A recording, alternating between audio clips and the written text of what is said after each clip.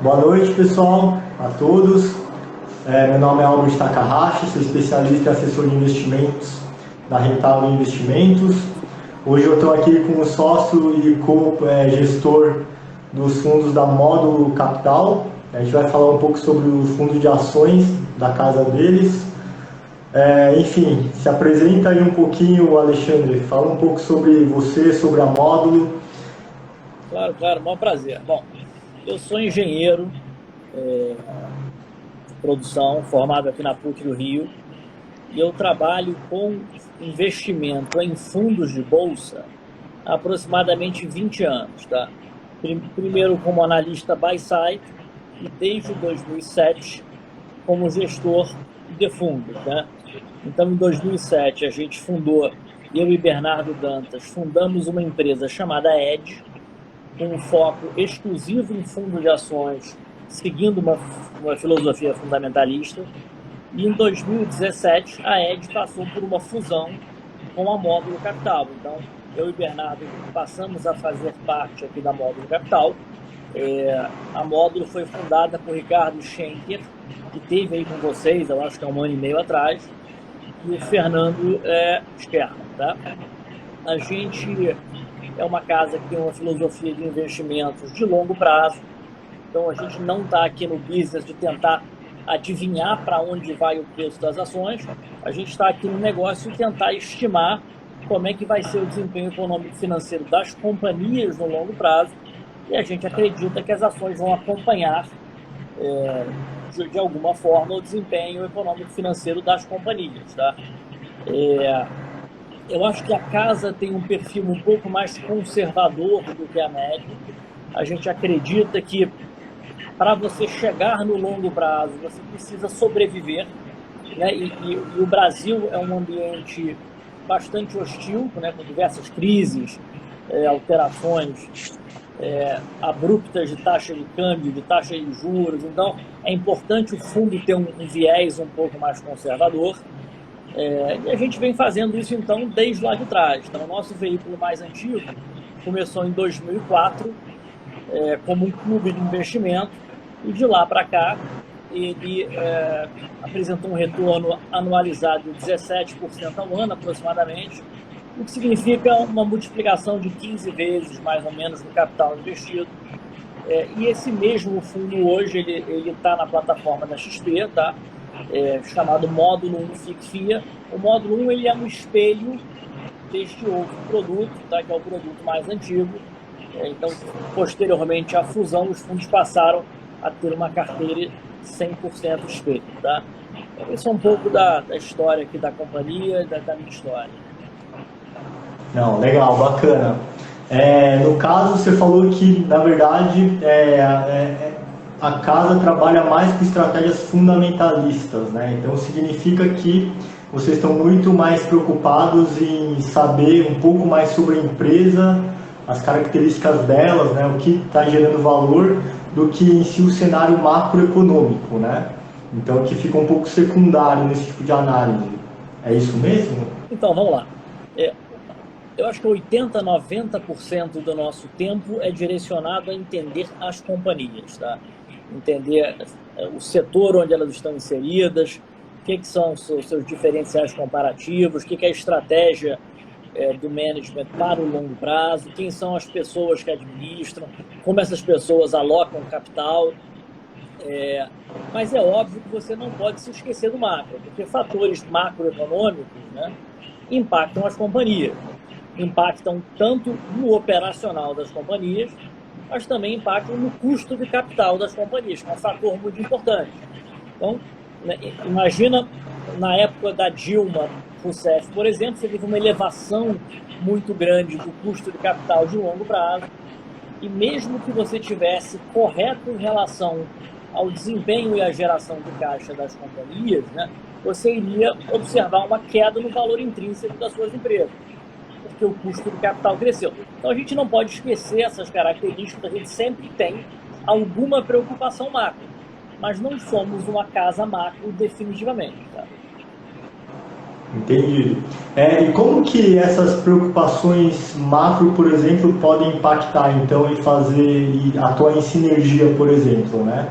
A gente sabe que tem diversos gestores que realmente deixam um pouco de lado a macroeconomia porque estão vislumbrando longos prazos mesmo, né? 4, 5 anos para frente ali, sem se preocupar muito até com quem está no poder político atual, enfim, pelo menos é o que dizem. Como que essa questão vocês conseguem utilizar, mesmo sendo fundamentalista, que momentos, por exemplo, vocês usam a macroeconomia Tá. por favor? Qual que é o momento assim que você fala, poxa, isso aqui realmente vai ter um impacto e a gente tem que alterar alguma coisa? Então, a gente primeiro tenta avaliar o aspecto da questão macro na companhia como um todo. Então, vamos imaginar que você tem uma companhia que ela tem um insumo importado. A gente tem na nossa carteira, por exemplo, a M. Dias Branco. É uma empresa que a gente gosta, mas ela compra trigo, que é um insumo importado com cotação em dólar. Inevitavelmente, quando você tem uma variação cambial relevante, essa empresa tem uma redução de margem, ela precisa repassar isso para os consumidores, tá? Esse repasse às vezes leva tempo. Então isso é um exemplo do impacto do macro no desempenho econômico e financeiro das empresas. Uma outra forma de você olhar a sensibilidade de cada companhia a variações em variáveis macro, principalmente custo do capital. Então, sempre que os juros sobe ou desce, o impacto ele é diferente nas companhias, dependendo que a geração de caixa da empresa ela está muito concentrada no curto prazo ou se ela está muito concentrada no longo prazo. Então, uma empresa que paga muitos dividendos, que cresce pouco, muito do valor dela para os próximos 5 anos, esse cara é menos sensível a uma alta de juros do que uma empresa que está crescendo muito, que o valor está lá na perpetuidade, lá longe. Uma empresa de tecnologia, por exemplo. Variações na taxa de juros impactam essas empresas de forma diferente. O mesmo vale para uma empresa muito alavancada. Qualquer variação na taxa de juros impacta ela tanto no aspecto operacional, do custo da sua dívida, quanto uma variação no valor da firma é maximizada pela alavancagem no valor do equity da empresa, do valor do patrimônio da empresa para o acionista. Então, esses fatores são todos levados em consideração e a gente tenta sempre errar um pouquinho para o lado do conservadorismo. A gente sempre tenta assumir cenários e trajetórias piores e tentar submeter a nossa carteira a esse teste de estresse para ver se ela, enfim, resiste, né, a essas alterações, essas variáveis macroeconômicas. Entendido. Vou até fazer um parênteses aqui. Um dos assessores do Felipe Maza perguntou se o fundo é um long only, né? Então, o fundo é um long only? Da casa de vocês? Nós somos um long only, mas não somos um long only que tem a obrigação de estar o tempo inteiro 100% investido. A gente acredita na importância e no valor da gente ter a flexibilidade de eventualmente ter um pouco de caixa, eventualmente ter hedges, ter até um percentual de 10% do fundo investido em ativos no exterior. A gente fez muito isso na época do PT, que a gente não encontrava boas oportunidades aqui e lá fora, saindo ali da crise de 2008, tinha muita empresa barata. Então a gente acredita em ser um fundo flexível. Nós somos um long only, a gente não faz short, e o nosso principal fator de risco é a bolsa, o fundo de bolsa. Sim. Bom, por mais que a gente que seja, você falou, né, talvez ali uns 10% sempre tenha um pouco de impacto macroeconômico, como que vocês estão enxergando esse momento atual, né, uma crise de saúde global, que no Brasil está um pouco mais acentuada, né, por causa das vacinas. Você falou que vocês conseguem de alguma forma mitigar em alguns momentos, né, não usando a capacidade 100% comprado. Como que vocês estão enxergando e como que atualmente estão essas estratégias, assim, ou que foram usadas nesse momento atual? Então, no ano passado, tá, quando chegou a crise do Covid, a gente tinha uma carteira que a gente achava ser bastante conservadora. A gente tinha mais ou menos 13% em caixa, e a gente tinha 25% em setores de baixo beta, de baixa volatilidade, digamos assim, tá? Que era um setor de shopping center e o setor de empresas de energia elétrica. A gente imaginava que uma carteira com essas características desempenharia melhor num momento de muito estresse. Quando chegou o mês de março, o fundo caiu 30%. Foi a nossa maior queda em quase 20 anos de fundo, tá? De fundo e clube, tá? Foi a maior queda da nossa história, maior inclusive do que na crise de 2008. Então, foi muito repentino, o preço dos ativos se ajustaram de forma muito rápida, a gente não conseguiu fazer nenhuma operação para reduzir a volatilidade. O que a gente fez, né, uma vez que a gente entendeu a dimensão da crise, entendeu a doença, a gente começou a fazer algumas mudanças no portfólio, tá? A gente imaginava que as empresas listadas, as empresas que vendem para fora do Brasil, tá? Como o Vale do Rio Doce, por exemplo, ou a Gerdau, que tem uma unidade norte-americana, tá? Vale vende muito para a China. A gente imaginava que essas empresas conseguiriam sair na frente da crise, porque os países desenvolvidos têm mais ferramentas para estimular suas economias, né? Então a gente fez um aumento importante na participação desses ativos e a gente comprou também muita coisa de tecnologia.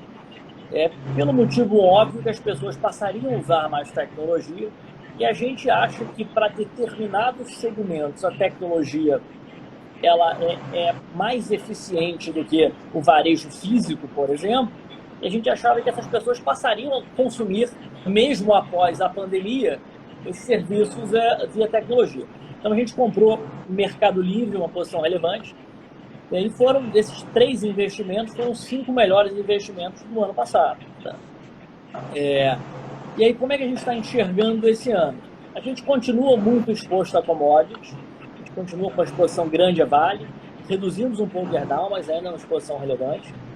A gente ainda tem alguns investimentos em tecnologia, porque tem uma tendência, eu diria, secular de maior penetração desses segmentos na economia como um todo. E a gente está lentamente aumentando os investimentos para a reabertura da economia. Então, alguns setores sofreram muito, tá? O maior destaque, para mim, é o setor de shopping center. A gente tem uma participação, por exemplo, em Jereissati, que é a holding do Iguatemi, que caiu de março até o ponto inferior ali, no início de março a final de março, tá? Caiu 50%. E ela se recuperou em parte, mas ainda está 40% abaixo do pico. A gente acha que nenhum fator explica essa queda tão relevante. Você vai me falar, o shopping está fechado mais um ano. Tá bom, vamos assumir que o resultado é 0 no próximo ano. Mesmo assim, você tem muito upside. Um ano em um fluxo de caixa perpétuo vale um percentual muito pequeno desse fluxo de caixa, tá? Vamos, então, assumir que a taxa de juros subiu 1% desde março até agora. Tudo bem, vamos mudar a nossa taxa de desconto no modelo. Também não explica essa queda toda. A gente suspeita que o mercado esteja mais preocupado do que a gente com a questão do e-commerce. O shopping vai acabar porque a turma vai usar e-commerce e tal. E aí o pessoal olha para os Estados Unidos como um exemplo, né, de que aquilo que vai acontecer com o Brasil aqui, olhando os Estados Unidos como um futuro, assim, né? Eu acho que é uma má comparação. Os Estados Unidos têm 2.000 metros de área bruta locável a cada 1.000 habitantes, o Brasil tem perto de 80 metros. Os Estados Unidos têm shoppings afastados da cidade, com nível de ancoragem muito grande. Aqui a gente tem shoppings urbanos com 30%, mais de 30% de serviço de restaurante. O shopping brasileiro é uma mistura de conveniência com experiência, tá? Então a gente acha que as pessoas estão doidas para voltar à vida normal, poder levar a família no cinema, comer num restaurante e tal. Então a gente acha que esse segmento está muito barato e a gente tem lentamente comprado ações. Sempre que tem uma queda, a gente compra um pouquinho, não só desse, mas de diversos setores que vão se beneficiar da reabertura da economia, tá? Quanto à trajetória da pandemia no Brasil, essa é uma pergunta muito difícil. A gente tem uma vacinação que está andando, você olha o número, a média móvel semanal crescendo muito nas últimas 2 semanas. O Brasil tem capacidade no SUS de vacinar muita gente, mas eu não sei se essa nova cepa, essa tal de P1, né, se essa cepa ela tem uma taxa de contágio maior, se ela vai contaminar pessoas vacinadas e vai mandá-las para o hospital, isso não é claro ainda, eu acho até improvável, tá? Eu acho que essa pandemia, segundo semestre, já vai estar muito melhor. Mas aí é um chute de um gestor, é uma estimativa de um gestor que não é um epidemiologista. Então, eu não quero ficar aqui também falando de assuntos que não são minha área de expertise, tá? Não, tranquilo. Bom, uma outra pergunta aqui também do Felipe. Você falou do setor de tecnologia, você falou do setor de shopping, mas ele perguntou qual o setor que você acredita que seja o mais promissor nos próximos meses, né? Na sua opinião, seria a shopping tecnologia mesmo? Seria o e-commerce, enfim? É super difícil, tá? Porque a gente precisa separar desempenho econômico financeiro do desempenho do preço da ação. E se no longo prazo esses dois andam juntos, no curto prazo eles não andam juntos. Então, fatores relacionados ao sentimento de mercado movem as ações no curto prazo. E a gente é muito claro, por exemplo, que as empresas de tecnologia nos próximos 5 anos vão continuar a ganhar mercado. Isso para nós é uma certeza. Por outro lado, né, essas ações já subiram muito e você observa no mundo hoje um clima um pouco pior, com a taxa de juros americana subindo, a gente vê essas ações caindo um pouco. Então, a sua pergunta, nos próximos meses, é muito difícil de responder para onde o preço das ações vai. Tá? A gente acha que o setor de varejo, na reabertura, vai ter um crescimento de receita e de resultados por motivos óbvios, elas estavam fechados e reabriram.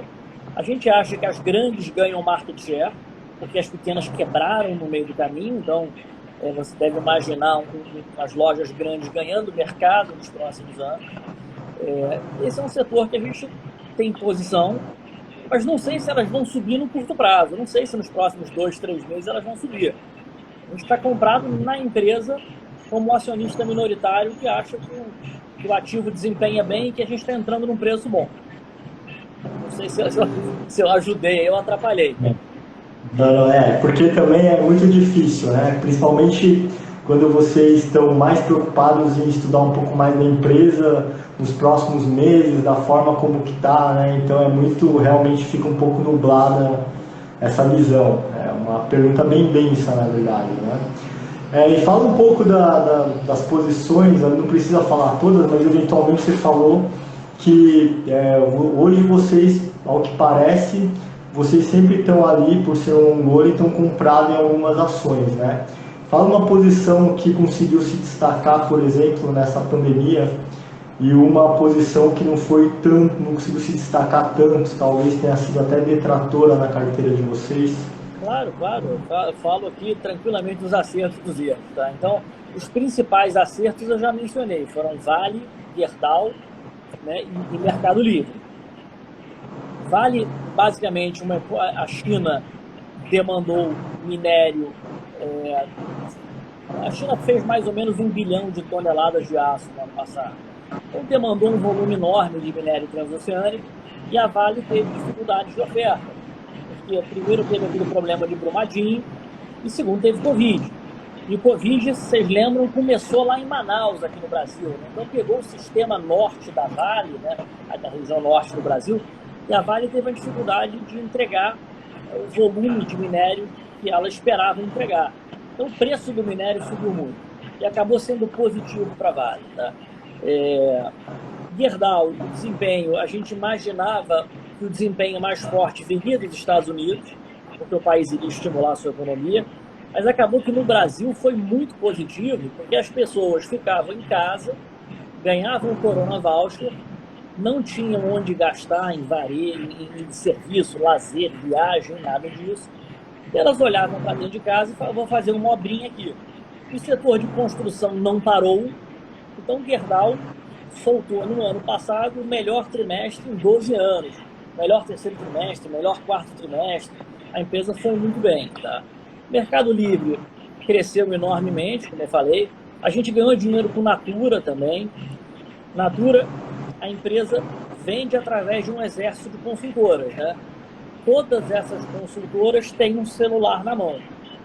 E a Natura já vinha fazendo um processo de digitalização da venda, e na pandemia esse processo se intensificou muito.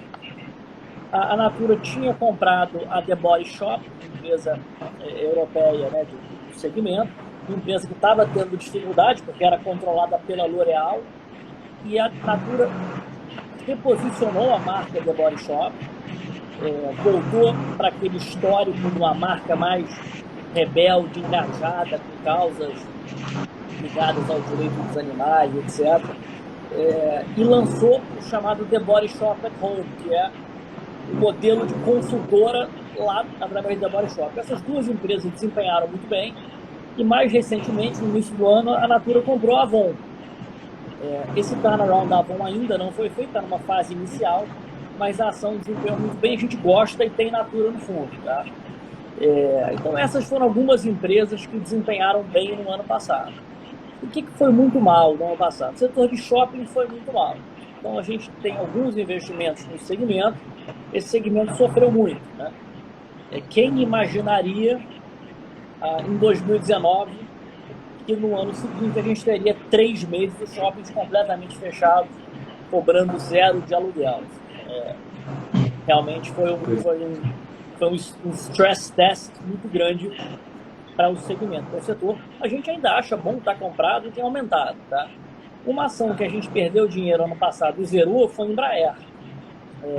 Então a gente comprou Embraer com base naquela transação onde a Boeing tinha comprado 80% da aviação comercial da Embraer e você manteria a sua participação nos 20% que sobrou, mais dos ativos de aviação executiva e aviação militar. E a gente achava a ação muito barata, e aí vieram 2 problemas, eu acho que inesperados. Um foi o acidente do 737 MAX, que deixou aqueles aviões, né, parados, sem poder voar por muitos anos, e custou milhões para a Boeing, e veio o Covid, que acabou com o setor, e a Boeing abriu o deal, cancelou a transação. No momento que a transação foi cancelada, a gente vendeu a ação, mesmo perdendo dinheiro. Então esse é um exemplo de uma empresa que foi mal no ano passado. Obrigado aí pelas posições. E bom, agora acho que sobrou um tempinho, 5 minutinhos mais ou menos, para quem quiser fazer uma pergunta aí, alguma pergunta para o Alexandre. Enfim, está aberto aqui. Lembrando que esse vídeo vai ficar gravado também, né, nas nossas redes sociais, vamos mandar para clientes. E, enfim, deixar aberto aí. Guardando.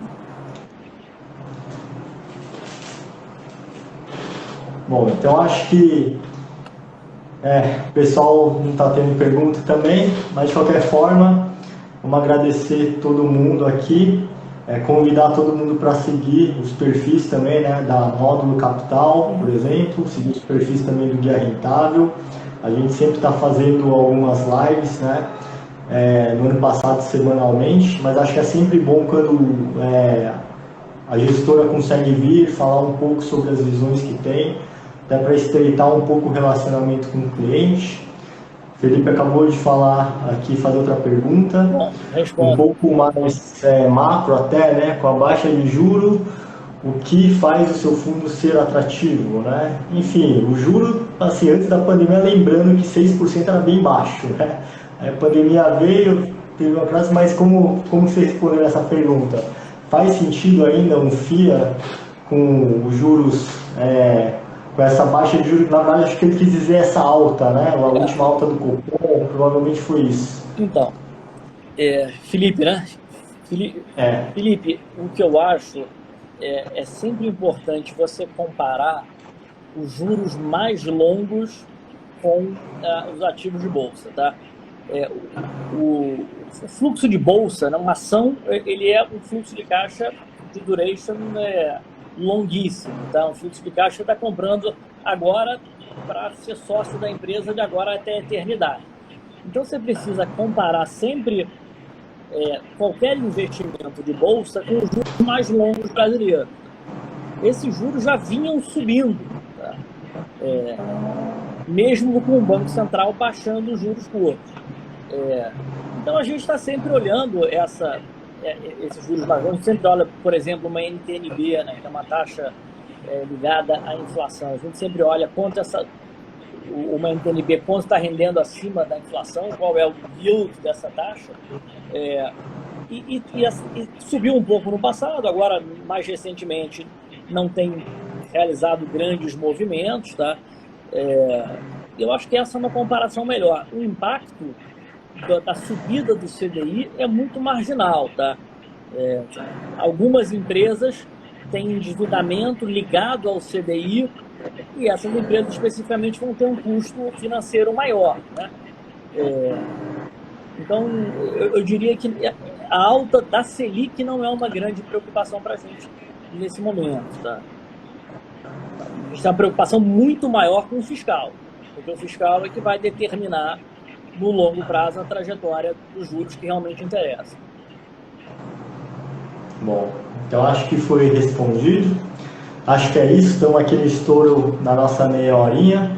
Mas enfim, então de novo agradecer o Alexandre, seguir ali o Instagram da Módulo Capital. Quem quiser conhecer um pouco mais também, quiser me mandar direct por aqui, ou quiser me passar também na Módulo, fiquem à vontade. E Alexandre, brigadão pelo seu tempo, obrigado pela parceria com o Módulo, e até a próxima então. Abraço aí. Um abraço, valeu.